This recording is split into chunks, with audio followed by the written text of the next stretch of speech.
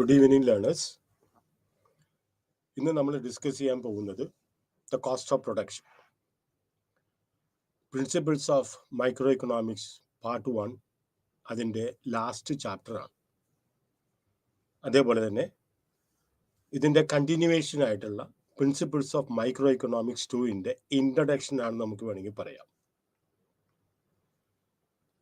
കാരണം ആദ്യം നമ്മൾ ബേസിക്സ് പ്രിൻസിപ്പിൾസ് കണ്ട് അതിനുശേഷം നമ്മൾ demand, elasticity of demand, supply, elasticity of supply, അതിനുശേഷം utility, marginal utility, cardinal utility, ordinal utility, isoquants, then change in production by changing one factor of production, then changing two factors of production, and finally we are coming to the cost of production. This is a very important chapter. Karanam, the entire part 2 will depend upon the basics of this cost of production. അത് നിങ്ങൾക്കത് മനസ്സിലായില്ല. Cost കർവ്സിന്റെ shape ഇത് എങ്ങനെയാണ്, U shaped ആണോ L shaped ആണോ, ഇതെല്ലാം മനസ്സിലാക്കാതെ നമ്മൾ അടുത്ത ഈ കോസ്റ്റ് തിയറി അല്ലെങ്കിൽ മാർക്കറ്റ് തിയറിയിലേക്ക് നമ്മൾ പോയിട്ടുണ്ടെങ്കിൽ നമുക്ക് വളരെയധികമായിട്ട് ബുദ്ധിമുട്ട് തോന്നും. അപ്പോൾ ആദ്യമായിട്ട് നമ്മൾക്ക് എടുക്കേണ്ടത് ദ കൺസെപ്റ്റ് ഓഫ് കോസ്റ്റ് ആണ്. അതായത് പ്രൈസ് തിയറി. എങ്ങനെയാണ് ഉൽപ്പാദിപ്പിക്കുന്നത്, ഉൽപാദകർ എങ്ങനെ ഏത് രീതിയിലേക്കാണ് ഉൽപ്പാദിപ്പിക്കുന്നത്, ഇതിലുള്ള കാര്യങ്ങളൊക്കെ നമ്മൾ കണ്ടിട്ടുണ്ട്. അതുപോലെ തന്നെ ആദ്യം തന്നെ നമ്മൾ ഡിമാൻഡ് ആൻഡ് സപ്ലൈ എടുത്ത് അന്ന് ഞാൻ നിങ്ങൾക്ക് പറഞ്ഞു തന്നു. These are the two market forces. ഒരു വസ്തുവിൻ്റെ വില നിശ്ചയിക്കുന്നതിന് വേണ്ടിയിട്ട് കണക്കാക്കുന്ന രണ്ട് പ്രധാനപ്പെട്ട ടൂൾസ് ആണ് ഡിമാൻഡ് ആൻഡ് സപ്ലൈ. കാരണം ഡിമാൻഡ് ചെയ്യുന്നത് ഉപഭോക്താക്കളാണ്, സപ്ലൈ ചെയ്യുന്നത് ഉൽപ്പാദിപ്പിക്കുന്ന ആളുകളാണ്. ഇവർ തമ്മിൽ ഒരു എക്വിലിബ്രിയത്തിലെത്തണം. ഡിമാൻഡ് ആൻഡ് സപ്ലൈ രണ്ടും തുല്യതയിലെത്തുമ്പോഴാണ് ഒരു വസ്തുവിൻ്റെ ഏത് കാര്യത്തിൻ്റെ ആണെങ്കിലും, ഏത് ഉൽപ്പന്നത്തിൻ്റെ ആണെങ്കിലും, ഏത് ഉൽപാദന ഘടകത്തിൻ്റെ ആണെങ്കിലും വില നിശ്ചയിക്കുന്നത് സഹായിക്കുന്ന രണ്ട് പ്രധാനപ്പെട്ട ടൂൾസ് ആണ് the market forces of demand and supply. അപ്പൊ ഉൽപാദകന് ഉൽപ്പാദിപ്പിക്കുന്നോ വേണ്ടയോ എന്ന് തീരുമാനിക്കുന്നത് രണ്ട് കാര്യങ്ങൾ മനസ്സിൽ വെച്ചിട്ടാണ്. ഒന്ന്, ആരെല്ലാമാണ് ആ ഉൽപ്പാദിപ്പിക്കുന്ന വസ്തു മേടിക്കാനായിട്ട് ഉദ്ദേശിക്കുന്നത്. രണ്ടാമത്, ആ വസ്തു ഉൽപ്പാദിപ്പിക്കുന്നതിന് വേണ്ടിയിട്ടുള്ള ചെലവ്. ഇപ്പൊ രണ്ട് കാര്യങ്ങൾ മനസ്സിലായോ? The demand for the good, that is the first one. ആരാണ് ഇത് മേടിക്കാൻ ഉദ്ദേശിക്കുന്നത്? നമുക്കറിയാം, ഗുഡ്സ് ഡിഫറെന്റ് കാറ്റഗറീസ് ഉണ്ട്. നെസസിറ്റീസ് ഉണ്ട്, ബേസിക് നെസസിറ്റീസ് ഉണ്ട്, ഫുഡ്, ക്ലോതിങ് ആൻഡ് ഷെൽട്ടർ. ഇപ്പൊ നമുക്ക് വേണമെങ്കിൽ പറയാം, മൊബൈൽ എന്ന് വേണമെങ്കിൽ പറയാം. കാരണം unless the children are provided with mobile phone, they are not at all happy. Food കൊടുത്താലും ഏറ്റവും നല്ല ബെസ്റ്റ് ക്ലോത്ത്സ് കൊടുത്തിട്ടുണ്ടെങ്കിലും, ഏറ്റവും നല്ല ലക്ഷറിയസ് ആയിട്ടുള്ള ഫ്ലാറ്റിൽ താമസിച്ചിട്ടുണ്ടെങ്കിലും, I don't think the children are very very happy. Now what they need is also a mobile phone. But the basic necessities have become not 3 but 4. ഏതൊക്കെയാണ്? Food, clothing and shelter. അപ്പോൾ the demand four good ആരാണ് മേടിക്കുന്നത്? Basic necessities ആണോ ഉൽപ്പാദിപ്പിക്കാൻ ഉദ്ദേശിക്കുന്നത്, അല്ലെങ്കിൽ comforts ആണോ, അല്ലെങ്കിൽ ലക്ഷറി ആണോ? ഇനി അത് ഉൽപ്പാദിപ്പിക്കുന്നതിൻ്റെ കോസ്റ്റ് എത്രയാണ്? കാരണം രണ്ടുപേരുടെയും ലക്ഷ്യങ്ങൾ, ഉപഭോക്താക്കളുടെയും അതുപോലെ തന്നെ പ്രൊഡ്യൂസറിന്റെയും ലക്ഷ്യങ്ങൾ രണ്ടും രണ്ടാണ്. ഒരാൾക്ക് ഏറ്റവും പരമാവധി ചെലവ് കുറച്ച് നല്ല സാധനങ്ങൾ കിട്ടണം കൺസ്യൂമേഴ്സിന്, പ്രൊഡ്യൂസേഴ്സിന് പരമാവധി ലാഭം അവർക്ക് കിട്ടുകയും വേണം. അങ്ങനെ നമ്മൾ we are going to discuss lot about the cost. ഏതൊക്കെയാണ്? പ്രൈവറ്റ് കോസ്റ്റ് ഉണ്ട്, സോഷ്യൽ കോസ്റ്റ് ഉണ്ട്. ഒരു വസ്തു ഉൽപ്പാദിപ്പിക്കുന്നതിന് വേണ്ടിയിട്ട് നമുക്ക് ഉൽപാദന ഘടകങ്ങൾ മേടിക്കണം. ലാൻഡ്, ലേബർ, ക്യാപിറ്റൽ, ഓൺട്രപ്രണർഷിപ്പ് അല്ലെങ്കിൽ ഓർഗനൈസേഷൻ, ഇതെല്ലാം നമുക്ക് മേടിക്കണം. ചിലപ്പോൾ ഇതെല്ലാം നമ്മുടെ കൈവശം ഉണ്ടാവും. അപ്പൊ അത് ഇൻപുട്ട് കോസ്റ്റ് എന്ന് പറഞ്ഞിട്ടുണ്ടെങ്കിൽ ഇംപ്ലിസിറ്റ് കോസ്റ്റ് ഉണ്ട്, എക്സ്പ്ലിസിറ്റ് കോസ്റ്റ് ഉണ്ട്. എന്താണ് എക്സ്പ്ലിസിറ്റ് കോസ്റ്റ് എന്ന് പറഞ്ഞിട്ടുണ്ടെങ്കിൽ? അതായത് പുറത്തു നിന്ന് നമ്മൾ ഉൽപാദന ഘടകങ്ങൾ ഉപയോഗിക്കുമ്പോൾ അതിനകത്ത് വരാം ആദ്യം തന്നെ private cost and social cost, money cost and opportunity cost. എന്താണ് മണി കോസ്റ്റ്? ഒരു വസ്തു ഉൽപ്പാദിപ്പിക്കുന്നതിന് വേണ്ടിയിട്ട് നമ്മൾ ചെലവാക്കുന്ന പണമാണ് മണി കോസ്റ്റ്. നേരെ മറിച്ച് ഓപ്പർച്യൂണിറ്റി കോസ്റ്റ് ഉണ്ട്. The cost of next best alternative that is forgone. The cost of next best alternative that is forgone. മൂന്നാമതായിട്ട് ഓപ്പർച്യൂണിറ്റി കോസ്റ്റ്, മൂന്നാമതായിട്ട് ഫിക്സ്ഡ് കോസ്റ്റ് ഉണ്ട്, വേരിയബിൾ കോസ്റ്റ് ഉണ്ട്. ഇതെല്ലാം ഞാനിപ്പോൾ എക്സ്പ്ലെയിൻ ചെയ്യാൻ പോണേ. ശ്രദ്ധിച്ചിരുന്നാൽ നിങ്ങൾക്ക് അടുത്ത ബുക്കിലേക്ക് പോകുമ്പോൾ വളരെ എളുപ്പമായിരിക്കും. So let us go. The concept of cost. എന്താണ് private cost? The amount of money so paid is known as cost. നമ്മൾ പറഞ്ഞു വേരിയസ് മറ്റ് പല ഉൽപാദന ഘടകങ്ങൾ മേടിക്കണം. എല്ലാം if I am a worker, I will get wage. മനസ്സിലായോ? ഞാനിപ്പോ ക്യാപിറ്റൽ അല്ലെങ്കിൽ മൂലധനം ഞാൻ ഇൻവെസ്റ്റ് ചെയ്യാനായിട്ട് ഞാൻ കൊടുക്കുകയാണെങ്കിൽ എനിക്ക് അതിന്റെ ഇൻട്രസ്റ്റ് കിട്ടണം. ലാൻഡ് ഞാൻ കൃഷിക്ക് കൊടുക്കുകയാണെങ്കിൽ എനിക്ക് റെന്റ് കിട്ടണം. ഓരോന്നിന്റെ പ്രതിഫലം നിങ്ങൾക്ക് അറിയാമെന്ന് ഞാൻ വിചാരിക്കുന്നു. ലാൻഡിന് കൊടുക്കുന്ന പ്രതിഫലത്തെ നമ്മൾ പറഞ്ഞത് റെന്റ്, ലേബറിന് കിട്ടുന്ന പ്രതിഫലത്തെ നമ്മൾ പറഞ്ഞത് വേജസ്, മൂലധനത്തിന് ക്യാപിറ്റൽ മൂലധനത്തിന് കിട്ടുന്ന പ്രതിഫലത്തെ നമ്മൾ പറഞ്ഞത് ഇൻട്രസ്റ്റ്.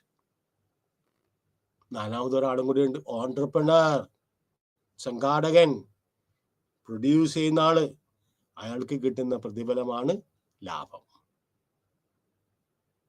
മനസ്സിലായോ? അപ്പൊ only the expenditure incurred by the producer on purchasing of factors of production from the market, but also the imputed cost of all those services which our producer himself provides. ഇതിനകത്ത് private കോസ്റ്റിനകത്ത് ഒരേ ഒരു കാര്യം നിങ്ങൾ ഉപയോഗിക്കുന്നത് explicit cost ഉണ്ട്, implicit cost ഉണ്ട്. ഇപ്പൊ ഞാൻ ഒരു സംരംഭം നടത്തുകയാണെങ്കിൽ ഞാൻ വെളിയിൽ നിന്ന് ഈ ഏതെങ്കിലും ഉൽപാദന ഘടകങ്ങൾ മേടിക്കുകയാണെങ്കിൽ അതിന് ഞാൻ അവർക്ക് പ്രതിഫലം കൊടുക്കണം. അതിനെ പറഞ്ഞത് എക്സ്പ്ലിസിറ്റ് കോസ്റ്റ്. ഇനി ഇംപ്ലിസിറ്റ് കോസ്റ്റ് ഉണ്ട്. എന്താണ് ഇംപ്ലിസിറ്റ് കോസ്റ്റ്? Excuse me.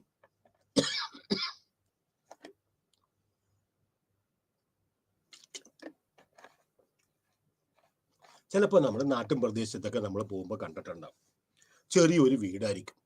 ആ വീടിന്റെ അടുത്ത് തന്നെ, ആ വീടിനോട് തന്നെ ഒരു ചാർത്തും അല്ലെങ്കിൽ ഒരു എക്സ്റ്റൻഷൻ പോലെ എടുക്കും. അവിടെ ചിലപ്പോൾ ഒരു പലചരക്കട നടത്തും. അപ്പോ ഇദ്ദേഹം തന്നെ പോയി മാർക്കറ്റിൽ പോയി സാധനങ്ങൾ മേടിക്കും. ഇദ്ദേഹം തന്നെ രാവിലെ തൊട്ട് വൈകുന്നേരം വരെ അതുപോലെ അവിടെ കച്ചവടം നടത്താനായിട്ട് നിൽക്കുകയും ചെയ്യും. ഇദ്ദേഹം തന്നെ മുതൽ മുടക്കും. അപ്പോ ഈ കാര്യങ്ങളൊക്കെ വെളിയിൽ നിന്നുള്ള ഒരാളെ കൊണ്ടാണ് ചെയ്യിപ്പിക്കുകയാണെങ്കിൽ അയാൾക്ക് ഇതുപോലെ തന്നെ എല്ലാ കാര്യങ്ങൾക്കും അദ്ദേഹത്തിന് അവർക്ക് പ്രതിഫലം കൊടുക്കേണ്ടി വരും. പലപ്പോഴും നമ്മൾ ഈ പ്രതിഫലം നമ്മൾ ഇംപ്യൂട്ടഡ് ആയിട്ടുള്ള എക്സ്പ്ലിസിറ്റ് കോസ്റ്റ് അല്ലെങ്കിൽ ഇംപ്ലിസിറ്റ് കോസ്റ്റ്, ഇംപ്യൂട്ടഡ് ആയിട്ടുള്ള ഒരു മനുഷ്യൻ അയാളുടെ സ്വന്തം കൈ, കാരണം ഇതെല്ലാം ഞാൻ ജോലിക്ക് പോകുന്നില്ല, ഞാൻ ഈ കട നടത്തില്ലെങ്കിൽ ഞാൻ വേറെ ഏതെങ്കിലും സ്ഥലത്ത് ജോലിക്ക് പോയാൽ എനിക്ക് അതിന്റെ വേജസ് കിട്ടും, അല്ലെ എനിക്ക് ശമ്പളം കിട്ടും. ഞാൻ പുറത്ത് പോകുന്നില്ല, എൻ്റെ ബിസിനസ്സിൽ ഞാൻ എൻ്റെ ലേബർ കൊടുക്കണേ. അപ്പൊ എനിക്ക് ആ കോസ്റ്റും കൂടെ കണക്കാക്കണം. അപ്പൊ the cost of raw materials, private കോസ്റ്റുകൾ, wages of labour, interest payment on capital loans, rent of the land and building, then machines നമ്മൾക്ക് റിപ്പയറിങ് ചിലപ്പോൾ ചെയ്യേണ്ടി വരും. അതിന് വേണ്ടിയിട്ടുള്ള റിപ്പയറിങ് കോസ്റ്റ്, ഗവൺമെന്റ് ടാക്സ് കൊടുക്കണം, പ്രോഫിറ്റിന്റെ ഒരു വിഹിതം നമ്മൾ ടാക്സ് കൊടുക്കണം. then imputed wage payment to the producer. ഇനിയാണ് പ്രൊഡ്യൂസറിന്റെ സ്വന്തമായിട്ടുള്ള ഉൽപാദന ഘടകങ്ങൾ ഏതെല്ലാം എടുക്കുന്നത്. അദ്ദേഹം ആ പ്രസ്ഥാനത്തിൽ ജോലി ചെയ്യുന്ന കാരണം അദ്ദേഹത്തിന് ഇംപ്യൂട്ടഡ് ആയിട്ടുള്ള വേജ് കിട്ടണം. ദെൻ അദ്ദേഹത്തിന്റെ സ്വന്തം മുതൽ മുടക്ക്, വേറെ ബാങ്കിൽ നിന്ന് ലോൺ എടുക്കാതെ അദ്ദേഹത്തിന്റെ സേവിങ്സിൽ നിന്ന് അദ്ദേഹം ഇത് ചെയ്യുകയാണെങ്കിൽ, പിന്നെ ബിസിനസ്സിൽ ഇടുകയാണെങ്കിൽ അദ്ദേഹത്തിന് എന്ത് കിട്ടണം? ഇൻട്രസ്റ്റ് കിട്ടണം. അദ്ദേഹം ഈ ബിസിനസ്സിൽ മുതൽ മുടക്കാതെ വേറെ ഏതെങ്കിലും സ്ഥലത്ത് കൊണ്ട് ഈ പണം കൊണ്ട് നിക്ഷേപിച്ചിട്ടുണ്ടെങ്കിൽ അദ്ദേഹത്തിന് ഇൻട്രസ്റ്റ് കിട്ടും. അതേപോലെ തന്നെ rent of the land and buildings. അദ്ദേഹത്തിന്റെ എക്സ്റ്റൻഷൻ, വീടിനോട് കൂടി എടുത്തിരിക്കുന്ന എക്സ്റ്റൻഷൻ അദ്ദേഹം ബിസിനസ് ചെയ്യാതെ മറ്റേ ആൾക്കെങ്കിലും കൊടുത്തിട്ടുണ്ടെങ്കിൽ അദ്ദേഹത്തിന് അതിൽ നിന്ന് വരുമാനം കിട്ടും. Then normal profits of the firm. ഒരു കച്ചവടം നടത്തുമ്പോൾ നിസ്സാര ലാഭം കിട്ടും. അബ്നോർമൽ പ്രോഫിറ്റ് അല്ല. അബ്നോർമൽ പ്രോഫിറ്റ്, നോർമൽ സാധാരണ ലാഭം. ജീവിച്ചു പോകാനുള്ള ഒരു വരുമാനത്തിന് വേണ്ടിയാണ് അദ്ദേഹം ആ പ്രസ്ഥാനം നടത്തുന്നത്. ഇതെല്ലാമാണ് നമ്മൾ പറയുന്നത് കോസ്റ്റ് എന്ന് പറയുന്നത്. ദെൻ അപ്പൊ ഏതൊക്കെയാണ് പ്രൈവറ്റ് കോസ്റ്റ് എന്ന് പറഞ്ഞിട്ടുണ്ടെങ്കിൽ? Purchase of the factors of production employed in production process. അതൊന്ന്. ഉൽപാദന ഘടകങ്ങൾ നമ്മൾ ഏതെല്ലാമാണ് പുറത്തുനിന്ന് മേടിക്കുന്നത് അതെല്ലാം. രണ്ടാമത് imputed price of resources. Imputed price സ്വന്തമായിട്ട് ഒരു ഉൽപാദകന്റെ സ്വന്തമായിട്ട് കൈവശമുള്ള വിഭവങ്ങൾ അദ്ദേഹത്തിന്റെ ഉൽപ്പാദിപ്പിക്കാനായിട്ട് അദ്ദേഹം ഉപയോഗിക്കുകയാണെങ്കിൽ അതിനെ പറഞ്ഞത് എന്താണ് പറഞ്ഞത്? രണ്ട്, imputed price of the resources. അതുപോലെ തന്നെ നോർമൽ പ്രോഫിറ്റ്സ്. ഇനി സോഷ്യൽ കോസ്റ്റ്, ഇക്കോണമിസ്റ്റിനെ സംബന്ധിച്ചിടത്തോളം സോഷ്യൽ കോസ്റ്റിന് വലിയ റെലവൻസ് ഇല്ല.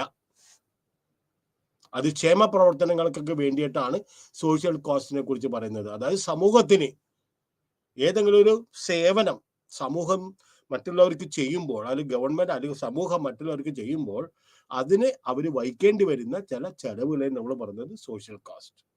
അത് നമ്മളെ സംബന്ധിച്ചിടത്തോളം വളരെ ഭയങ്കര റെലവെന്റ് അല്ല. കാരണം നമ്മൾ ഇക്കണോമിക് പോയിന്റ് ഓഫ് വ്യൂവിലാണ് നമ്മൾ ഇത് പഠിക്കുന്നത്. ഇനി first, externalities are not included in private cost. Externalities ഉണ്ട്. അതായത് ഒരു പ്ലാന്റ്, മനസ്സിലായോ? ആ പ്ലാന്റിനെ സംബന്ധിച്ചിടത്തോളം എന്തൊരു വസ്തു ഉൽപ്പാദിപ്പിക്കുന്നതിന് വേണ്ടിയിട്ട് നമുക്ക് ഷോർട്ട് ടൈമിൽ പ്ലാന്റിനെ നമുക്ക് പെട്ടെന്ന് അങ്ങോട്ട്, പ്ലാന്റ് എന്ന് പറഞ്ഞിട്ടുണ്ടെങ്കിലും ചെടിയല്ല ഉദ്ദേശിക്കുന്നത്, ഉൽപ്പാദിപ്പിക്കുന്ന ചെറിയ ഒരു സംരംഭത്തെ നമ്മൾ പ്ലാന്റ് ആൻഡ് മെഷീനറി എന്ന് പറയുന്നത്. അത് നമുക്ക് ഹ്രസ്വകാലത്ത് നമുക്ക് പെട്ടെന്ന് ചേഞ്ച് ചെയ്യാൻ പറ്റില്ല. സപ്പോസ് നിങ്ങൾ സ്കൂളിൽ പഠിക്കുന്ന സമയത്ത് നിങ്ങൾ ഒരു ടൂറിന് പോവുകയാണ്, അഡ്വാൻസ് ആയിട്ട് ബുക്ക് ചെയ്യാതെ നിങ്ങളൊരു സ്ഥലത്ത് ചെല്ലണേ, ഒരു ഹോട്ടലിൽ ഉച്ചയ്ക്ക് 2 മണിയാകുമ്പോൾ കയറി ചെല്ലണേ, അവർക്ക് നിങ്ങൾക്ക് എല്ലാവർക്കും ചാപ്പാട് തരാൻ പറ്റില്ല. അപ്പൊ നമ്മൾ എന്ത് ചെയ്യും? അഡ്വാൻസ് ആയിട്ട് ബുക്ക് ചെയ്യണം. അപ്പൊ അവർക്ക് ആമ്പിൾ ടൈം ഉണ്ട് അത് ചേഞ്ച് ചെയ്യാനായിട്ടുള്ള. അവർക്ക് സാധനങ്ങൾ കൂടുതൽ മേടിച്ച് അന്നത്തേക്ക് വിഭവങ്ങൾ തയ്യാറാക്കുന്നതിന് വേണ്ടിയിട്ടുള്ള സമയമുണ്ട്. അപ്പൊ എക്സ്റ്റേണാലിറ്റീസ് നമ്മൾ പ്രൈവറ്റ് കോസ്റ്റിൽ ഉൾപ്പെടുത്തിയിട്ടില്ല. Then market prices of goods may not reflect the social value and thus there may be divergence between private and social cost. മനസ്സിലായോ? നമ്മുടെ ഒരു വസ്തു ഉൽപ്പാദിപ്പിച്ച് ചെയ്യുമ്പോൾ അതിന്റെ വിലക്കല്ല, ആ ഉൽപാദന ചെലവിന് മാത്രമല്ല നമ്മളത് കണക്കാക്കുന്നത്. ചിലപ്പോൾ നമ്മൾ കുറെ ആളുകൾക്ക് കൺസെഷൻ കൊടുക്കേണ്ടി വരും, ഗവൺമെന്റിന് ടാക്സ് കൊടുക്കേണ്ടി വരും, മനസ്സിലായോ? ഡിസ്കൗണ്ട് കൊടുക്കേണ്ടി വരും. ഇതെല്ലാം നമ്മുടെ ഒരു പ്രൊഡ്യൂസറിന്റെ കയ്യിൽ നിന്ന് ചെലവാകുന്ന പൈസയാണ്. അപ്പൊ ആ വസ്തുവിന് വിലയിടുമ്പോൾ പ്രൊഡ്യൂസറിന് ഉൽപാദന ഘടകങ്ങൾ മാത്രമായിട്ട് മേടിച്ചതിന് വേണ്ടിയിട്ടുള്ള ചെലവ് മാത്രം കണക്കാക്കിയിട്ടല്ല ആ വസ്തുവിന്റെ വില നിശ്ചയിക്കുന്നത്. ഒരു വസ്തുവിന് ഗവൺമെന്റ് ടാക്സ് ഈടാക്കുമ്പോൾ 100 രൂപയുടെ വസ്തുവിന് 10 രൂപ ടാക്സ് ഈടാക്കുമ്പോൾ പ്രൊഡ്യൂസർ അത് 110 രൂപയ്ക്ക് കൊടുക്കുള്ളൂ. ചില മേഖലയിലൊക്കെ കൺസെഷനിൽ കൊടുക്കും. അത് പ്രൊഡ്യൂസർ എന്ത് ചെയ്യും? മറ്റു മേഖലയിൽ നിന്ന് അദ്ദേഹം അത് മേക്കപ്പ് ചെയ്യാനായിട്ട് ശ്രമിക്കും. പിന്നെ പറഞ്ഞത് എക്സ്റ്റേണാലിറ്റീസും അതുപോലെ തന്നെ മാർക്കറ്റ് പ്രൈസസും. ഇനി money cost, explicit cost and implicit cost. അപ്പൊ മണി കോസ്റ്റ് എന്ന് പറഞ്ഞിട്ടുണ്ടെങ്കിൽ it is considered to be equivalent to the total monetary sacrifice made to obtain than output. എന്താണ് മണി കോസ്റ്റ്?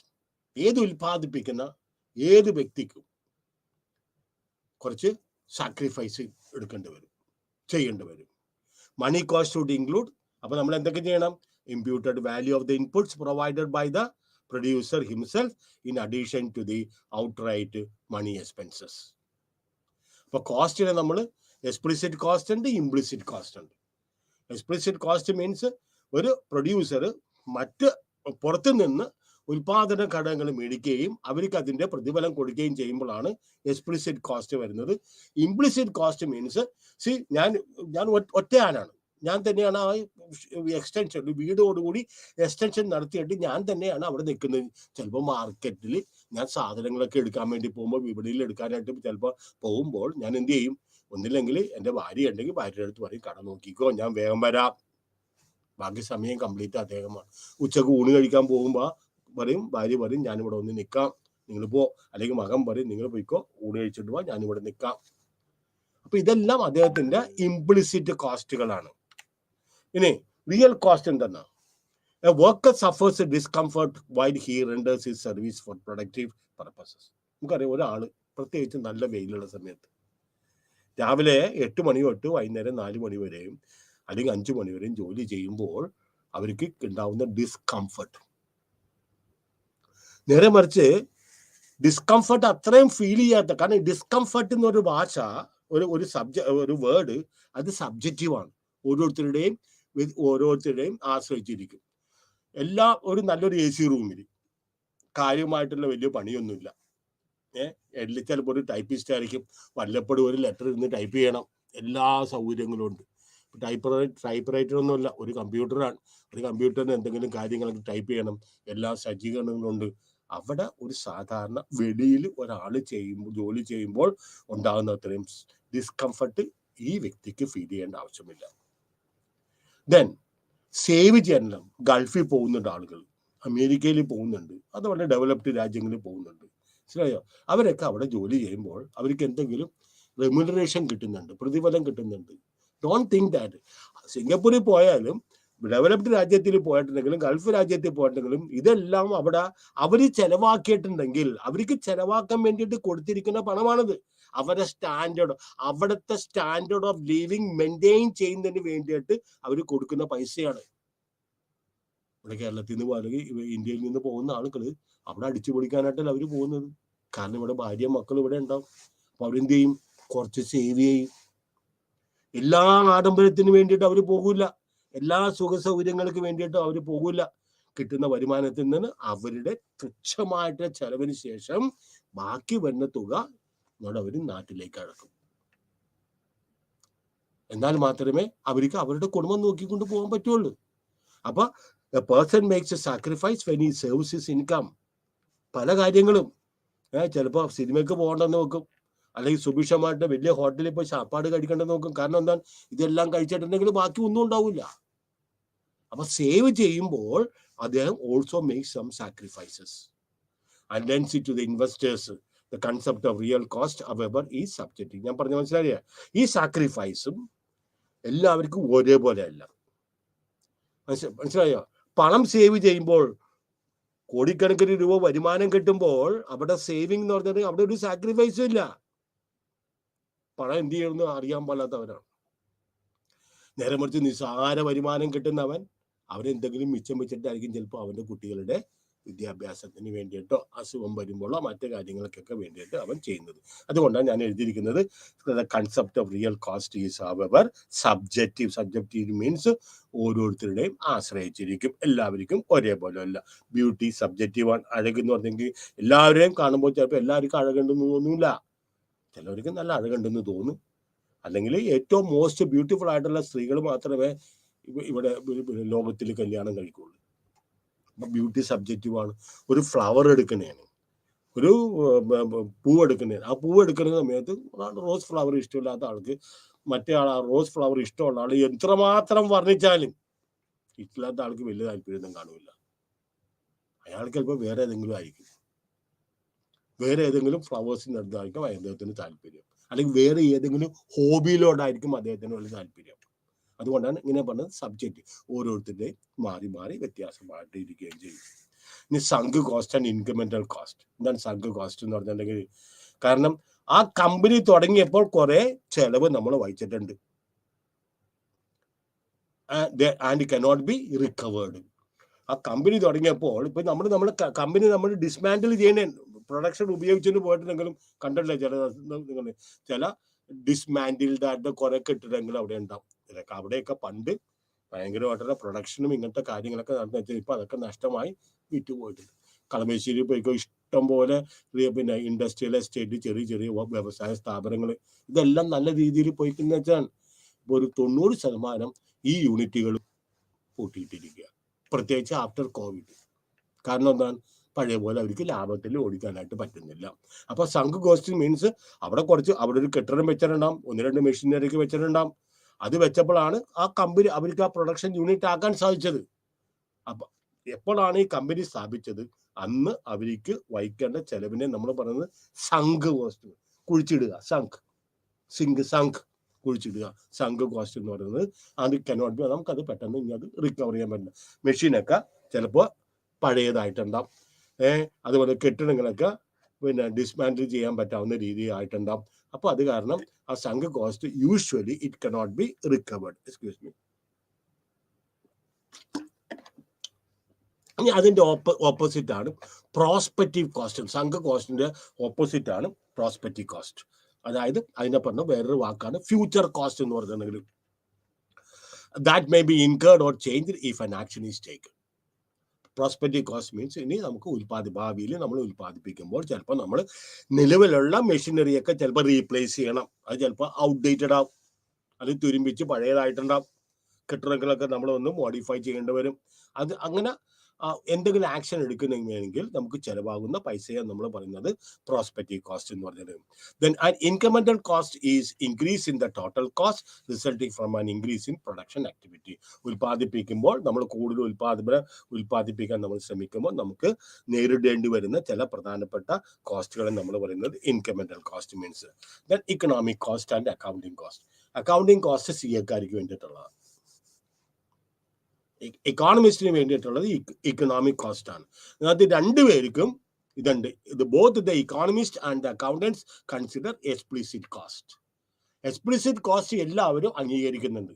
അതായത് പുറമെ നിന്ന് മേടിക്കുന്ന വിഭവങ്ങൾക്ക് അല്ലെങ്കിൽ ഉൽപാദന ഘടകങ്ങൾക്ക് നമ്മൾ കൊടുക്കേണ്ട പ്രതിഫലം നമ്മൾ ഈ രണ്ടുപേരും ഇക്കോണമിസ്റ്റുകളും അതുപോലെ അക്കൗണ്ടന്റുകളും അവർ അംഗീകരിക്കുന്നുണ്ട്.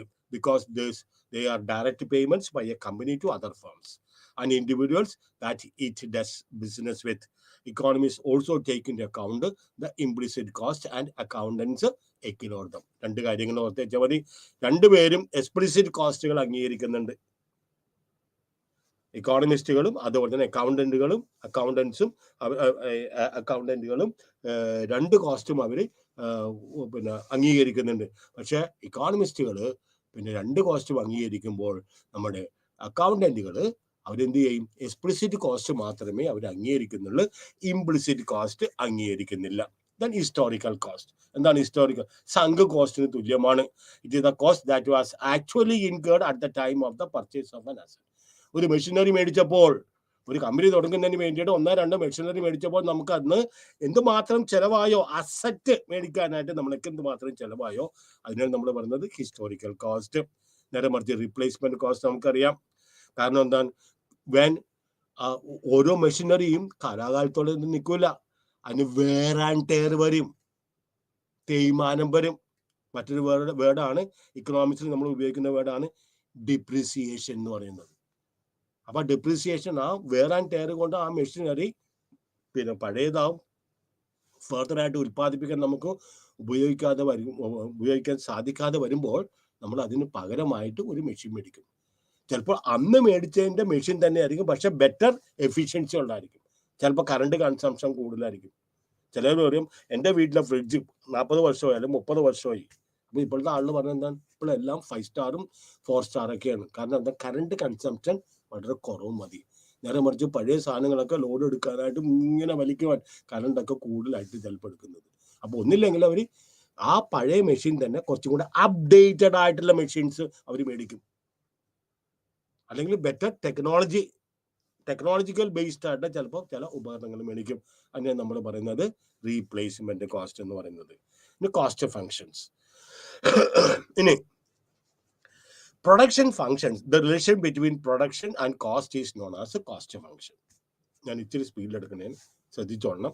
പ്രൊഡക്ഷൻ ഫങ്ഷൻ 2 തരത്തിലുണ്ട്. ഒന്ന് short run cost functions, long run cost functions. മനസ്സിലായോ?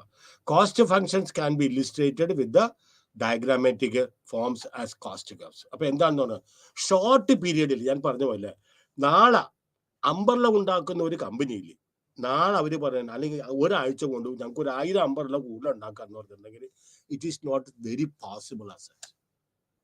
അവർ പറയും തൊഴിലാളികളില്ല, റോ മെറ്റീരിയൽസ് എടുക്കണം, തൊഴിലാളികൾ വെച്ചുകൊണ്ട് നമുക്ക് 1000 അംബ്രല്ല ഞങ്ങൾക്ക് ഈ ചെറിയ കാലം കൊണ്ട് നമുക്ക് ഇത് ചെയ്യാൻ പറ്റൂല. കാരണം എന്താണ്, ഒരു 1000 അംബ്രല്ലയുടെ ഡിമാൻഡ് പെട്ടെന്ന് വന്നെന്നും പറഞ്ഞിട്ടുണ്ട്. അവർക്ക് അപ്പം തന്നെ പ്ലാന്റും അല്ലെങ്കിൽ കമ്പനിയുടെ പിന്നെ വ്യാപ്തി അല്ലെങ്കിൽ എക്സ്റ്റൻഷൻ കൂട്ടാനൊന്നും പറ്റിയൊന്നുമില്ല. പുതിയ മെഷീനറി മേടിക്കാൻ പറ്റൂല. അപ്പൊ ഷോർട്ട് പീരീഡിൽ എല്ലാ കോസ്റ്റും ഇതാണ്, പിന്നെ ഫിക്സഡ് കോസ്റ്റ് ആണ്. ഷോർട്ട് പീരീഡിൽ എല്ലാ കോസ്റ്റും ഫിക്സഡ് കോസ്റ്റ് ആണ്. പെട്ടെന്ന് നമുക്ക് വർദ്ധിപ്പിക്കാൻ പറ്റാത്ത കോസ്റ്റിന് നമ്മൾ പറഞ്ഞത് ഫിക്സഡ് കോസ്റ്റ് എന്ന് പറയുന്നത്. നേരെ മറിച്ച് ലോങ് പീരീഡിൽ നിങ്ങൾക്ക് ആവശ്യത്തിന് സമയമുണ്ട്. ലോങ് പീരീഡിൽ നിങ്ങൾ വിളിച്ചു പറയണേണ്, ഞങ്ങൾ അടുത്ത മാസം അല്ലെങ്കിൽ അടുത്ത 2 ആഴ്ച കഴിയുമ്പോൾ ഇത്ര കുട്ടികൾ ഇന്ന സ്ഥലത്ത് ഞങ്ങൾ ഉച്ചയ്ക്ക് ശാപ്പാട് കഴിക്കാൻ പറ്റും. They are very happy.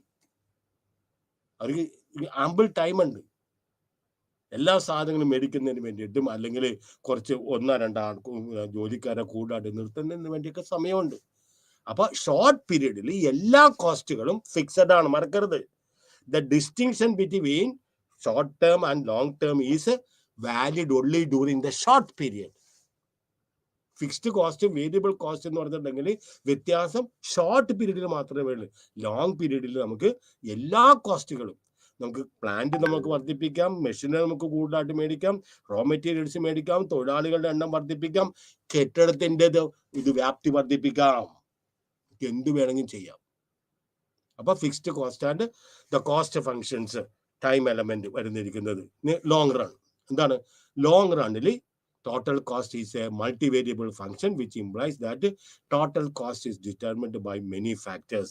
ഏതെല്ലാമാണ്? അപ്പൊ ലോങ് റൺ കോസ്റ്റ് ഫങ്ഷൻസിൽ cost is a function of Q എന്താണ്? Output. T technology. PF is a prices of various factors of production. Long റണ്ണിൽ പിന്നെ ദീർഘകാലത്തിൽ നമ്മളൊരു കോസ്റ്റ് ഫങ്ഷൻ നമ്മൾ എടുക്കുന്നത് എന്താണ്? കോസ്റ്റ് ഫങ്ഷൻ എന്ന് പറയുന്നത് ഇറ്റ്സ് എ ഫങ്ഷൻ ഓഫ് എന്തുമാത്രം ഔട്ട്പുട്ട് കൂടുതൽ ഉൽപ്പാദിപ്പിച്ചിട്ടുണ്ടെങ്കിൽ നമ്മളുടെ കോസ്റ്റും കൂടും. അതുപോലെ തന്നെ ടെക്നോളജി, അതുപോലെ തന്നെ prices of relevant factors. So if you want to produce more, we have to buy more raw materials. We have to take more casual laborers. മനസ്സിലായോ? അടുത്തത് ഷോർട്ട് റൺ. ഷോർട്ട് റണ്ണിലും ഇതേപോലെ തന്നെ in the short run, in addition to the output level, technology and factor prices, the fixed factors such as capital equipment, land, etc. also determine the cost of production. Therefore, short run cost function is written as ഇതാണ് പറഞ്ഞത്. Short run cost ഫംഗ്ഷനിൽ output will depend upon the existing technology. നിലവിലുള്ള technology, നിലവിലുള്ള സാങ്കേതിക വിദ്യ, നിലവിലുള്ള raw materials, നിലവിലുള്ള plant means machines, ഇതൊക്കെ ഉപയോഗിച്ചിട്ട് മാത്രമേ നമുക്ക് ഷോർട്ട് പീരീഡിൽ ഉൽപാദനം നടത്താൻ പറ്റുള്ളൂ. ഞാൻ നിങ്ങളുടെ എക്സ്കേഷന്റെ ഉദാഹരണം പറയാം. ഓൾ ഓഫ് എ സഡൻ നിങ്ങൾ അവിടെ ചെന്നിട്ടുണ്ടെങ്കിൽ അവിടെയുള്ള ചട്ടിയും കലവും ഉപയോഗിച്ച് മാത്രമേ നിങ്ങൾക്ക് ശാപ്പാട് ഉണ്ടാക്കി തരാൻ പറ്റുള്ളൂ. It will take time. ഒരു വേറെ പുതിയ പാത്രങ്ങളൊന്നും കരുതിയിട്ടില്ല. ഷോർട്ട് പീരീഡിൽ ആ പ്ലാന്റിന്റെ കപ്പാസിറ്റി എന്താണ്, അതനുസരിച്ച് മാത്രമേ ഷോർട്ട് പീരീഡിൽ ഉൽപാദനം വർദ്ധിപ്പിക്കാനായിട്ട് സാധിക്കുകയുള്ളൂ. The theory of cost in the short run. Okay, short run cost of A forms R divided in fixed cost and variable cost. അപ്പൊ ടോട്ടൽ കോസ്റ്റ് ഷോർട്ട് റണ്ണിൽ ഞാൻ പറഞ്ഞു നമുക്ക് കോസ്റ്റിനെ 2 ആയിട്ട് വിഭജിക്കാം, ഫിക്സ്ഡ് കോസ്റ്റും വേരിയബിൾ കോസ്റ്റും. അപ്പോൾ TC is total cost. Total cost എന്ന് പറഞ്ഞാൽ എന്താണ്? ടോട്ടൽ ഫിക്സഡ് കോസ്റ്റ് ഉണ്ട്, ടോട്ടൽ വേരിയബിൾ കോസ്റ്റ് ഉണ്ട്. എന്താണ് ഫിക്സഡ് കോസ്റ്റ്? പ്ലാന്റും മെഷീനറിയും, അവിടെ കെട്ടിടം, ഇതെല്ലാമാണ് ഫിക്സഡ് കോസ്റ്റ്. വേരിയബിൾ കോസ്റ്റ് അങ്ങനെയല്ല. റോ മെറ്റീരിയൽസ്, പെർമനന്റ് സ്റ്റാഫ് അല്ല, കാഷ്വൽ ലേബറേഴ്സ്, അഡീഷണൽ ആയിട്ട് ചിലപ്പോൾ കുറച്ച് തൊഴിലാളികൾ എടുക്കും, ജോലി ചെയ്യുമ്പോൾ അവരെ പറഞ്ഞു വിടുകയും ചെയ്യും. ചിലപ്പോൾ ഒരാഴ്ച ഉണ്ടാവുള്ളൂ, ചിലപ്പോൾ 2 ദിവസം ഉണ്ടാവുള്ളൂ. എന്ന് പറഞ്ഞത് കാഷ്വൽ ലേബറേഴ്സ്. അപ്പൊ ടോട്ടൽ കോസ്റ്റ് മീൻസ് എന്താണ്? Total fixed cost, total plus total variable cost. ഇനി ഫിക്സഡ് കോസ്റ്റ് എന്താണ്? ഫിക്സഡ് കോസ്റ്റിന് മറ്റൊരു പേരാണ് സപ്ലിമെന്ററി കോസ്റ്റ് എന്ന് പറയാം. ദെൻ ഒരു പ്രൊഡ്യൂസർ ഉൽപ്പാദിപ്പിക്കുന്ന സമയത്ത് ചില ചെലവുകൾ അദ്ദേഹത്തിന് ഫിക്സ്ഡ് ആയിട്ട് വെക്കും. പ്രൊഡക്ഷൻ ഉണ്ടായാലും ഇല്ലെങ്കിലും ഈ കോസ്റ്റ് ഫിക്സഡ് ആയിട്ട് നിൽക്കും. പെർമനന്റ് സ്റ്റാഫ് ഉണ്ട്. പറഞ്ഞ ഒരു സ്ട്രൈക്ക് വരും, ഒരു ഉൽപ്പാദിപ്പിക്കുന്ന ഒരു ഇൻഡസ്ട്രി, ഒരു വ്യവസായ സ്ഥാപനത്തിൽ സ്ട്രൈക്ക് വരികയാണ്. സ്ട്രൈക്ക് ചെയ്യുന്ന തൊഴിലാളികളാണ്. മാനേജ്മെന്റ് സ്റ്റാഫ് സ്ട്രൈക്ക് ചെയ്യുന്നില്ല. അപ്പൊ മാനേജ്മെന്റ് സ്റ്റാഫിന് സ്ട്രൈക്ക് ചെയ്യുന്ന തൊഴിലാളികൾക്ക് പൈസ കൊടുക്കണ്ട, അവർക്ക് വേതനം കൊടുക്കണ്ട. പക്ഷെ സ്ട്രൈക്ക് ചെയ്യാത്ത കുറെ VIPs അതിൻ്റെ അകത്തുണ്ട്, മാനേജ്മെന്റ് സ്റ്റാഫ് ഉണ്ട്. അപ്പൊ അവർക്ക് പ്രൊഡക്ഷൻ ഉണ്ടായാലും ഇല്ലെങ്കിലും അവർക്ക് വേതനം കൊടുക്കണം, ശമ്പളം കൊടുക്കണം. അതൊരു ഫിക്സഡ് കോസ്റ്റാണ്. നേരെ മറിച്ച് വേരിയബിൾ കോസ്റ്റ് ഉണ്ട്. പ്രൊഡക്ഷൻ ഇല്ല, ഇപ്പോൾ കൊറോണ കാരണം അല്ലെങ്കിൽ മറ്റേ അസുഖം ഇത് കാരണം, കോവിഡ് കാരണം പല വ്യവസായ സ്ഥാപനങ്ങളും നിർത്തിവെച്ചു. കാരണം ഉൽപ്പാദിപ്പിച്ചിട്ട് മേടിക്കാൻ പോലും ആളുകളില്ല. അപ്പൊ അവരെന്ത് ചെയ്ത്? റോ മെറ്റീരിയൽസ് മേടിച്ചില്ല, കറണ്ടിന്റെ കാശ് കുറഞ്ഞ്, ടെലിഫോൺ ചാർജ് കുറഞ്ഞ്, കാഷ്വൽ ലേബറേഴ്സിന്റെ തോത് കുറഞ്ഞു, ഫിക്സഡ് കോസ്റ്റ് മാത്രം നിന്നു. അപ്പൊ വേരിയബിൾ കോസ്റ്റില് പ്രൊഡക്ഷൻ ഇല്ലെങ്കിൽ വേരിയബിൾ കോസ്റ്റ് സീറോയാണ്. മനസ്സിലായോ? പ്രൊഡക്ഷൻ ഉണ്ടായാലും മാത്രമേ വേരിയബിൾ കോസ്റ്റ് കൂടുകയുള്ളൂ. നേരെ മറിച്ച് ഫിക്സഡ് കോസ്റ്റ് എന്ന് പറഞ്ഞാൽ it remains always fixed whatever be the level of output. ഉൽപ്പാദിപ്പിച്ചാലും ഇല്ലെങ്കിലും. ഞാൻ നേരത്തെ പറഞ്ഞ പോലെ ഒരു മെഷീന് 100 ഉൽപ്പന്നങ്ങൾ ഉൽപ്പാദിപ്പിക്കാൻ കഴിയുമെങ്കിൽ 10 ഉൽപ്പാദിപ്പിച്ചിട്ടുണ്ടെങ്കിലും ഈ മെഷീൻ നമ്മൾ മേടിക്കണം. അതൊരു ഫിക്സഡ് കോസ്റ്റ് ആണ്.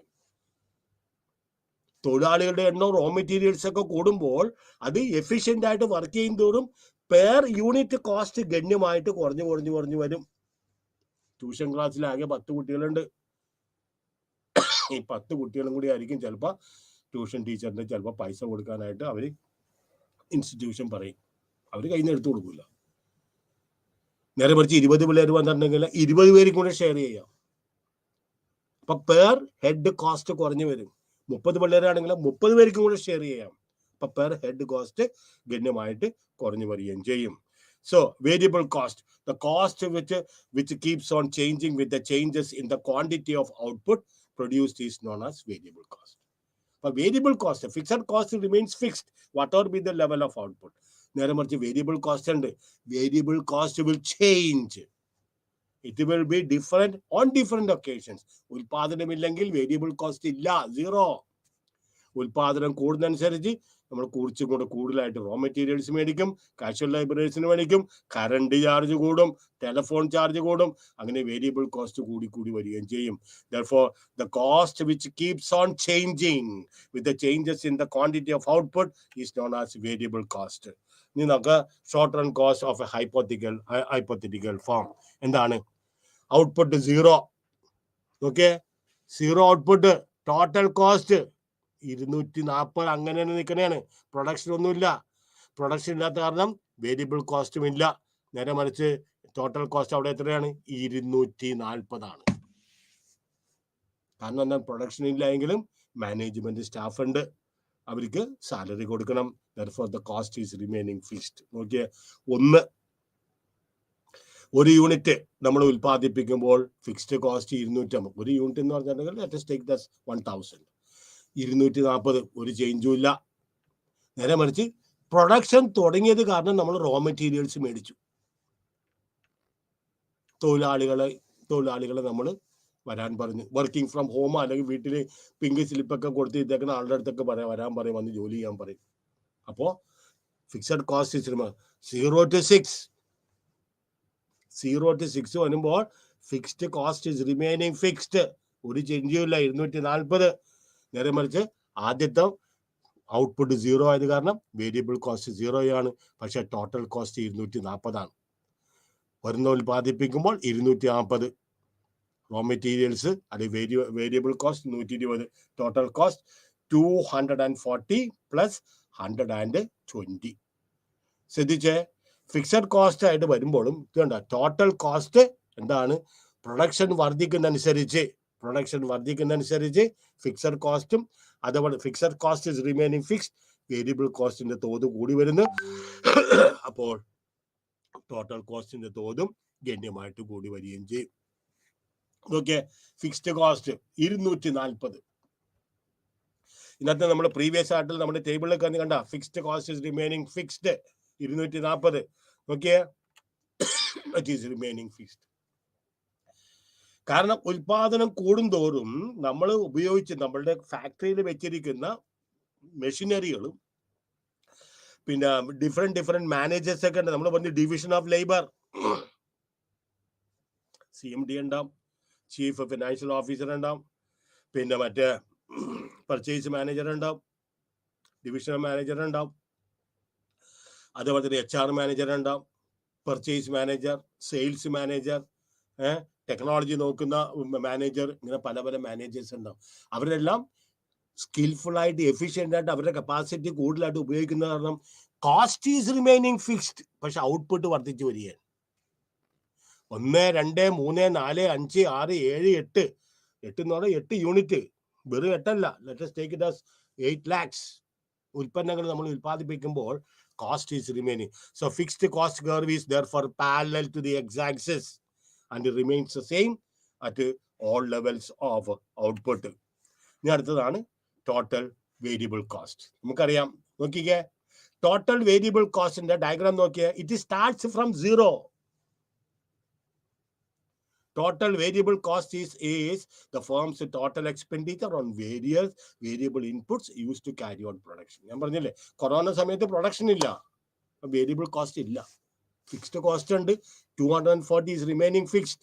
ഉൽപ്പാദിപ്പിച്ചാലും ഇല്ലെങ്കിലും ആ കമ്പനി ഡിസ്മാൻഡിൽ ചെയ്യുന്നവരെ ഈ ഫിക്സഡ് കോസ്റ്റ് അങ്ങനെ വഹിക്കും വേണം.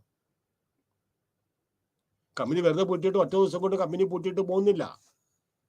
നേരെ മറിച്ച് variable cost Nokia, fixed cost is starting from 240.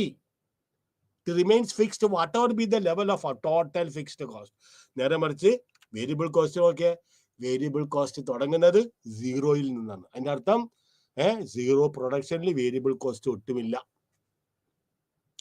1 variable cost കൂടുന്നൻ, 2 വേരിയബിൾ കോസ്റ്റ് കൂടുന്നൻ. therefore ടോട്ടൽ വേരിയബിൾ കോസ്റ്റ് ഇത് പിന്നെ 0-യിൽ നിന്ന് മുകളിലേക്ക് അത് വർദ്ധിക്കുന്നു. then it rises from left to right.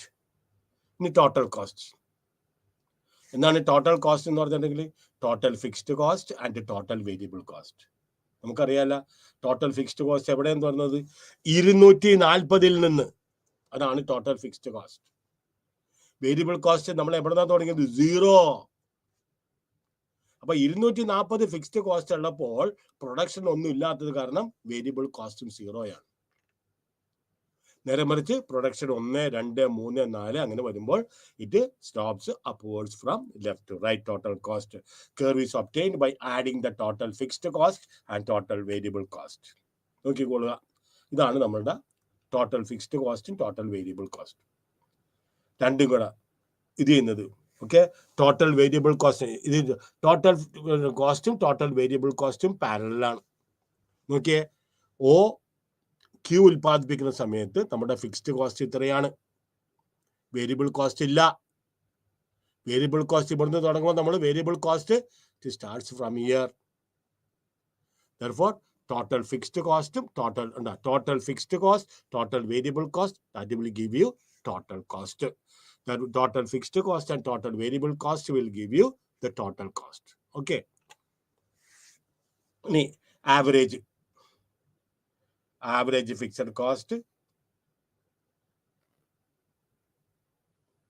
പിന്നെ average variable cost, average total cost. നോക്കിക്കോളുക, ഒന്ന് നമ്മൾ ഉൽപ്പാദിപ്പിക്കുന്ന ടോട്ടൽ ഫിക്സ്ഡ് കോസ്റ്റ് എങ്ങനെയാണ് നമ്മൾ ആവറേജ് ഫിക്സ്ഡ് കോസ്റ്റ് എങ്ങനെയാണ് കണ്ടുപിടിക്കുന്നത്?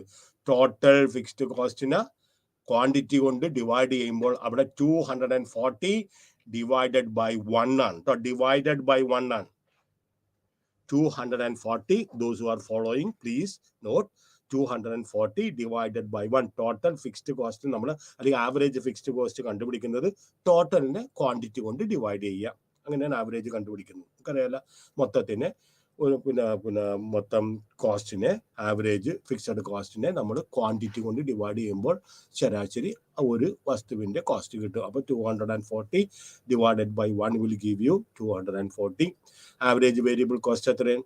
120 ആണ്. അപ്പോൾ 120 divided by 1 will give you 120.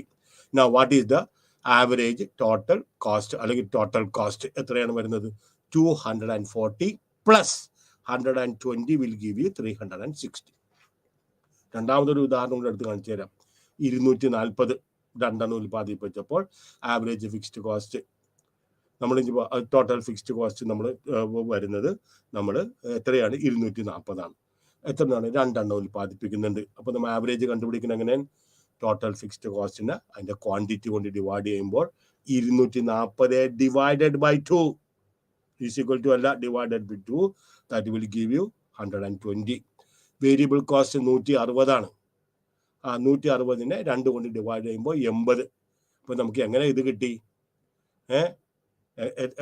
എങ്ങനെ നമുക്ക് 200 കിട്ടി? 200 കിട്ടിയ എങ്ങനെയാണ്? 240 plus 160 divided by 2 will give you 200. ആറാമത്തെ അടുത്ത് 240 total fixed cost divided by 6 വരുമ്പോൾ നമുക്ക് 40 കിട്ടും. Average variable cost 420 divided by 6 കിട്ടുമ്പോൾ 70 കിട്ടി.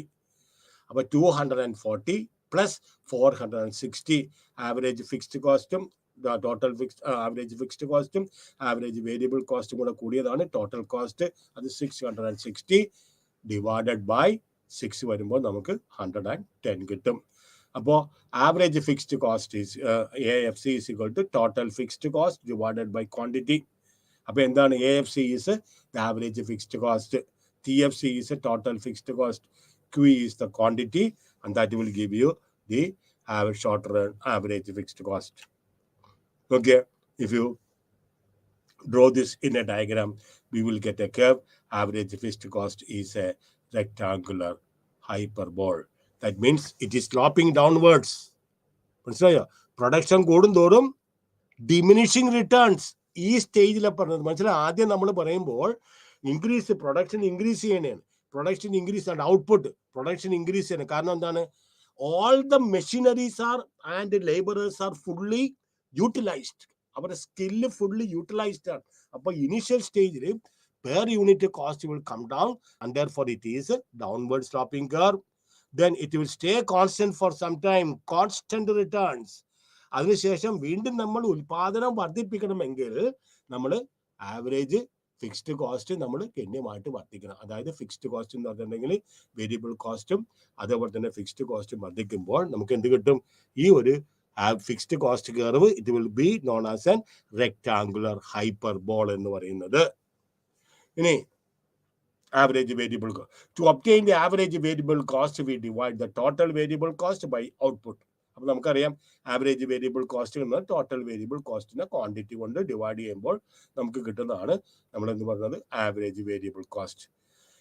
In fact the average variable cost curve ABC gives us the same information in money terms. Average variable cost means same information ആണ് മണി ടേംസിൽ. എന്തുമാത്രം നമ്മൾ ഒരു വസ്തു ഉൽപ്പാദിപ്പിക്കുന്നതിന് വേണ്ടിയിട്ട് എന്തുമാത്രം നമ്മൾ വേരിയബിൾ കോസ്റ്റിൽ കൂടി നമ്മൾ എത്ര പൈസ നമ്മൾ ചെലവാക്കുന്നത്. That we obtain from the average product curve of the variable factor in physical terms. ഇനി with an increase in the amount of variable factor the efficiency in production increases. ഞാൻ പറഞ്ഞ മനസ്സിലായോ? വേരിയബിൾ ഫാക്ടേഴ്സ് വർദ്ധിക്കുമ്പോൾ machinery ഐഡിയലായിട്ട് നിൽക്കണേണ്. കാരണം raw മെറ്റീരിയൽസിലെ demand ഇല്ല. സാധനങ്ങളുടെ ഡിമാൻഡ് കൂടിയപ്പോൾ പ്രൊഡ്യൂസർ കൂടുതലായിട്ട് ഉൽപ്പാദിപ്പിക്കാൻ തുടങ്ങി.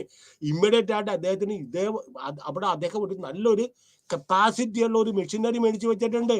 ഇനി മെഷീനറി മേടിക്കേണ്ട ആവശ്യമില്ല, മാനേജ്മെന്റിന്റെ ഇനി അപ്പോയിന്റ് ചെയ്യേണ്ട ആവശ്യം. ഇതൊക്കെ ഇവിടെ ഉണ്ട് ഫിക്സ്ഡ് കോസ്റ്റ് ആയിട്ട്.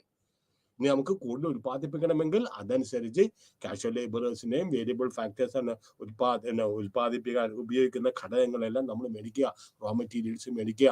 അങ്ങനെ വരുമ്പോൾ എന്ത് ചെയ്യും? ഈ ഐഡിലായിട്ട് കിടക്കുന്നതാണ്. പ്രൊഡക്ഷൻ ഇല്ലാത്ത സമയത്ത് ഐഡിലായിട്ട് കിടന്ന വെച്ചാൽ മെഷീനറി നമ്മൾ പൂർണ്ണമായിട്ട് ഉപയോഗിക്കാൻ നോക്കും. ഐഡിലായിട്ട് ഒരു ജോലിയില്ലാതെ കമ്പ്യൂട്ടറിൽ നോക്കിക്കൊണ്ട് എന്തെങ്കിലും കമ്പ്യൂട്ടറിൽ ചെയ്ത് കൊണ്ടെന്ന് വെച്ചാൽ കുറെ മാനേജർമാരുണ്ട്. ഇവർക്കൊക്കെ ജോലിയാവും. പ്രൊഡക്ഷൻ വരുമ്പോൾ ഇതൊക്കെ അവർ മോണിറ്റർ ചെയ്യണം.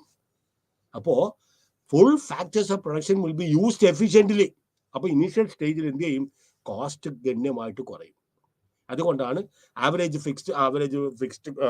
വേരിയബിൾ കോസ്റ്റ് താഴേക്ക് വരുന്നത്. അതിനുശേഷം പിന്നെ ടു സ്റ്റേ കോൺസ്റ്റന്റ്. വീണ്ടും നമ്മൾ പ്ലാന്റ് ആൻഡ് മെഷീനറി സ്മോൾ സ്കെയിലായിട്ട് ഉൽപ്പാദിപ്പിക്കുന്ന ഒരു പ്രസ്ഥാനം മീഡിയം സ്കെയിലോ ലാർജ് സ്കെയിലോ ആക്കാതെ പുതിയ പുതിയ മെഷീനറീസ് ടെക്നോളജി വികസിക്കുന്നതനുസരിച്ച് പുതിയ പുതിയ ടെക്നോളജി നമ്മൾ മേടിക്കാതെ പഴയ ടെക്നോളജി വെച്ചുകൊണ്ട് പഴയ മെഷീനറി വെച്ചുകൊണ്ട് തന്നെ വീണ്ടും നമ്മൾ വേരിയബിൾ കോസ്റ്റ് മാത്രമായിട്ട് നമ്മൾ വർദ്ധിപ്പിച്ചിട്ടുണ്ടെങ്കിൽ എന്ത് സംഭവിക്കും?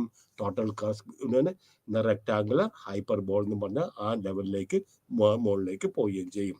അപ്പോ thus average variable cost is a reciprocal of the average variable factor product curve. In other words, ഈ ഒരു കാര്യം പ്രത്യേകം നിങ്ങളുടെ മനസ്സിലാക്കണം. Average variable cost curve is a U shaped curve. Marketing തിയറിയിൽ ഇതെല്ലാം വരും. മാർക്കറ്റിംഗ് പ്രൈസ് തിയറിയിൽ ഇതെല്ലാം വരും. ഓരോന്നിന്റെ ഷേപ്പിന് ആ സമയത്ത് പറഞ്ഞു തരില്ല. Average cost curve is a U shaped curve. Marginal cost curve it is also a U shaped curve, but it cuts the average cost curve from below at its minimum. മനസ്സിലായോ? Marginal cost curve is also, it starts from downwards and it moves upwards. അപ്പൊ average variable cost curve is thus a U shaped curve. കണ്ടാ?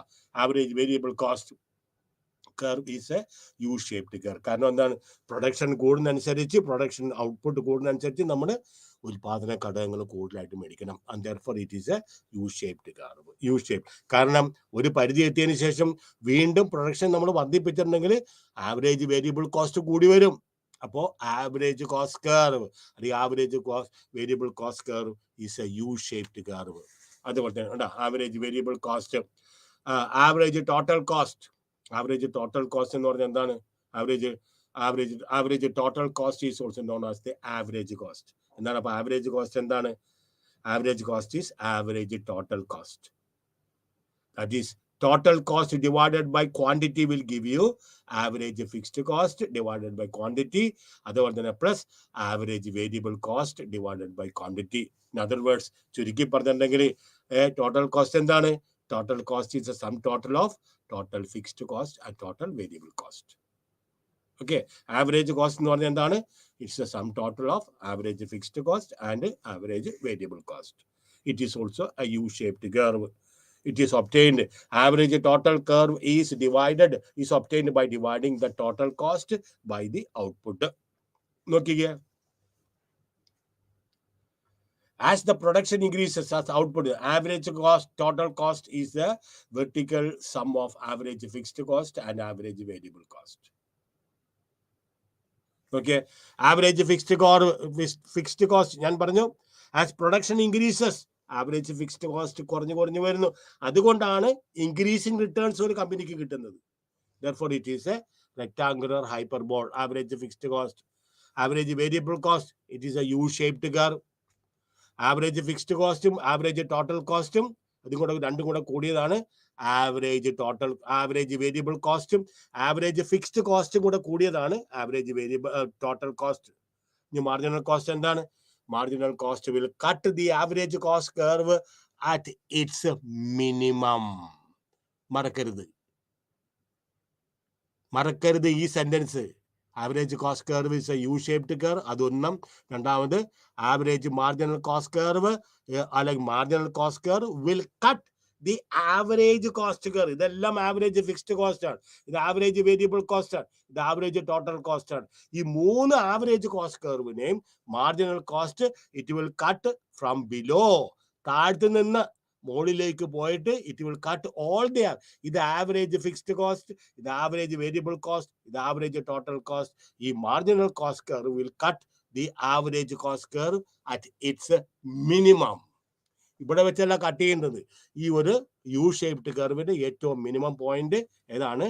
It is the minimum point of average fixed cost, average variable cost, average total cost. That is the shape of. So marginal cost, നിങ്ങൾക്ക് അറിയാം എന്താണ് marginal cost? Marginal cost is the increase in the total cost owing to a small increase in output. നിങ്ങൾക്കറിയാം marginal cost രണ്ടാമത്തെ മോഡ്യൂളിലോട്ട് ഞാൻ പറഞ്ഞുതരാം. marginal cost, it is addition to total cost when production is increased by 1 unit. ആദ്യത്തെ പറഞ്ഞ ഉൽപ്പാദിപ്പിച്ചപ്പോൾ 100 unit കിട്ടി. രണ്ടാമത്തെ നമ്മൾ ഒരു യൂണിറ്റും കൂടെ നമ്മൾ ഉൽപ്പാദിപ്പിച്ചപ്പോൾ നമുക്ക് ടോട്ടൽ പ്രൊഡക്ഷൻ 110 എന്തുകൊണ്ടാണ്? ഒരു യൂണിറ്റും കൂടെ ഒരു യൂണിറ്റും കൂടെ നമ്മൾ വർദ്ധിപ്പിച്ചപ്പോൾ, ലാൻഡോ ലേബറോ ഒരു യൂണിറ്റും കൂടെ വർദ്ധിപ്പിച്ചപ്പോൾ ടോട്ടൽ പ്രൊഡക്ഷനിൽ ഉണ്ടായ വർധനവിനെയാണ് നമ്മൾ പറയുന്നത് മാർജിനൽ കോസ്റ്റ്. അപ്പോ marginal cost is the increase in total cost owing to a small increase in output. ഉൽപാദനം വർദ്ധിപ്പിക്കുമ്പോൾ നമ്മുടെ ടോട്ടൽ കോസ്റ്റിലുണ്ടായ ഒരു യൂണിറ്റ് ആയിട്ട് വർദ്ധിപ്പിച്ചപ്പോൾ ടോട്ടൽ കോസ്റ്റിലുണ്ടായ വ്യത്യാസത്തെ നമ്മൾ പറയുന്നത് marginal cost. So MC is marginal cost. Marginal cost is equal to total change in total cost divided by change in quantity. ക്വാണ്ടിറ്റിയിൽ ഉണ്ടായ വ്യത്യാസം ടോട്ടൽ കോസ്റ്റിൽ എന്തുമാത്രം വ്യത്യാസം. Change in total quantity divided by change in quantity, or change in total variable cost divided by change in quantity. Delta stands for change. ഈ ഒരു sign delta stands for change. അപ്പോൾ MC is a marginal cost. Delta TC is the change in total cost associated with the change in output. Total variable cost, change in total variable cost, it is associated with the small change in output, and delta Q is small change in output. ഈ calculation of marginal cost ആണ് ഇത്. വേഗം പറയാം, എല്ലാം പറഞ്ഞത് തന്നെ. ആദ്യം ഉൽപ്പാദിപ്പിക്കുമ്പോൾ total cost 240, വ്യത്യാസമില്ല. ടോട്ടൽ വേരിയബിൾ കോസ്റ്റ് വ്യത്യാസമില്ല. മാർജിനൽ കോസ്റ്റ് ഒന്നുമില്ല. കാരണം ഒരു യൂണിറ്റ് നമ്മൾ ടോട്ടൽ ഔട്ട്പുട്ട് ഒരു യൂണിറ്റ് ഉൽപ്പാദിപ്പിച്ചപ്പോൾ ടോട്ടൽ കോസ്റ്റിന് 360. അപ്പൊ ടോട്ടൽ വേരിയബിൾ കോസ്റ്റ് എത്രയാണ്? 120. മാർജിനൽ കോസ്റ്റ് എത്രയാണ്? 360 minus 240. That will give you 120. നോക്കിക്കോളുക. രണ്ടാമത് ഒരു യൂണിറ്റ് കൂടെ ഉൽപ്പാദിപ്പിക്കുന്നതാണ്. ടോട്ടൽ കോസ്റ്റിൽ എത്രയാണ് പറഞ്ഞത്? 360 400. 400 minus 360. That will give you 40. മൂന്നാമത്തേത് ഒരെണ്ണം കൂടി ഉൽപ്പാദിപ്പിച്ചപ്പോൾ 420.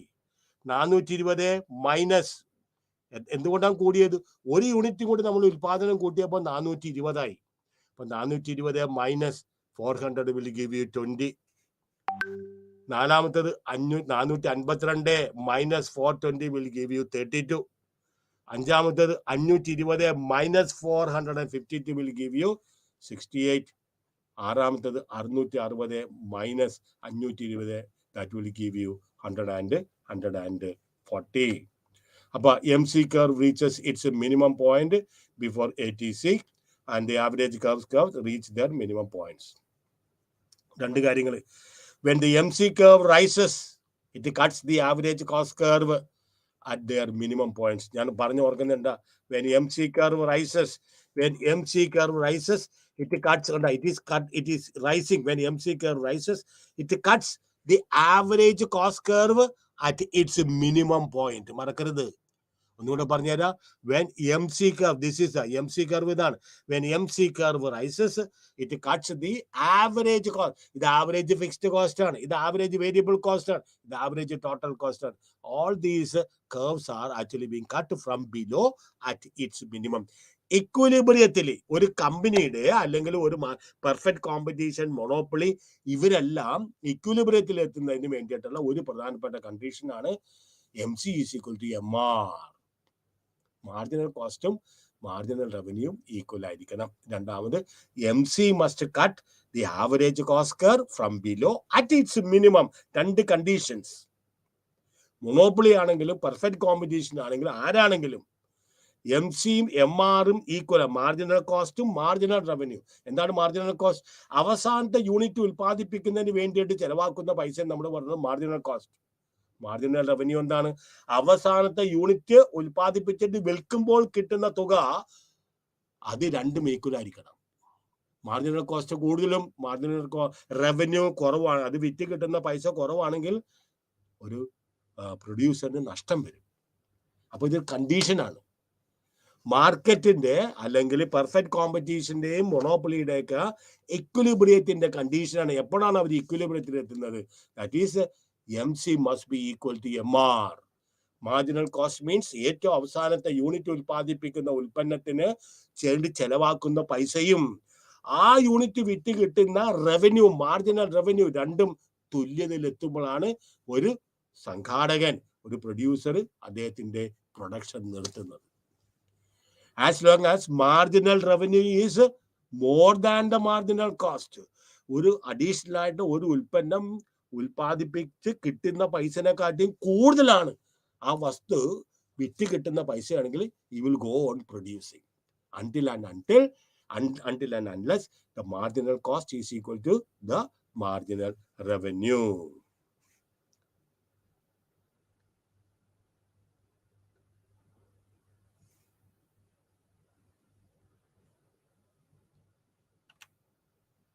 ഇതെല്ലാം നമ്മൾ കണ്ടതാണ്. ഞാൻ മറ്റേത് എടുക്കാൻ വേണ്ടിയിട്ടാണ് കേട്ടോ. Marginal cost is also U shaped curve കേട്ടോ. Average cost is U shaped, marginal cost is U shaped. It will cut, the marginal cost curve will cut the average cost curve from below at its minimum. When marginal cost curve is below the average cost curve, the latter falls. When marginal cost is below the average cost curve, it falls. When marginal cost is above the average cost curve, it starts rising. When marginal cost is below the average cost, ഇതെല്ലാം average cost curves ആണ്. When marginal cost is below the average cost curve, the marginal cost curve will start falling. But when it is above the average cost curve, ഇത് ഇവിടെ വന്നപ്പോൾ average cost fix cost കർവിനെക്കാട്ടും കൂടുതലായി. ഇത് മറ്റേത് ഇവിടെ വന്നപ്പോൾ average cost കർവിനെക്കാട്ടും കൂടുതലായി. അപ്പോ ആവറേജ് കോസ്റ്റ് കർവ് നെക്കാട്ടും താഴെയാണ് മാർജിനൽ കോസ്റ്റുള്ള സമയത്ത് the marginal cost curve it starts rising. It starts falling. Then ഇത് കൂടുതൽ വരുമ്പോൾ when it is above, marginal cost is above the average cost curve, then it will start rising. എല്ലാം നിങ്ങൾ വീട്ടിൽ ചെന്ന് വരച്ച് പഠിക്കണം കേട്ടോ. എനിക്ക് തന്നിരിക്കുന്ന ക്ലാസ് കൊണ്ട് തീർക്കണം. Then when MC curve is above the average cost curve, the latter rises. അത് നമ്മൾ പറഞ്ഞു MC curve intersects the average cost curve at its minimum. ഞാൻ പറഞ്ഞത് ഓർക്കണം, ഞാൻ പറഞ്ഞില്ലേ marginal cost will cut the average cost curve from below at its minimum point. അതാണ് equilibrium point where MC should be equal to MR. മറക്കരുത്, marginal cost കർവും marginal revenue കർവും equal ആവുന്ന വരെ അവിടെയാണ് ഒരു പ്രൊഡ്യൂസർ ഇക്വിലിബ്രിയത്തിലെത്തുന്നത്, അത് ലാഭത്തിലെത്തുന്നത് എന്ന് വേണമെങ്കിൽ നമുക്ക് പറയാം. Then okay, MC curve intersects both the average cost curve and average total cost curve from its from below at its minimum. ഇതായിരിക്കണം നമ്മുടെ cost curve. It will cut the average cost curve. MC curve, I repeat again, MC curve, marginal cost curve, will cut the average cost curve from below at its minimum point. Okay.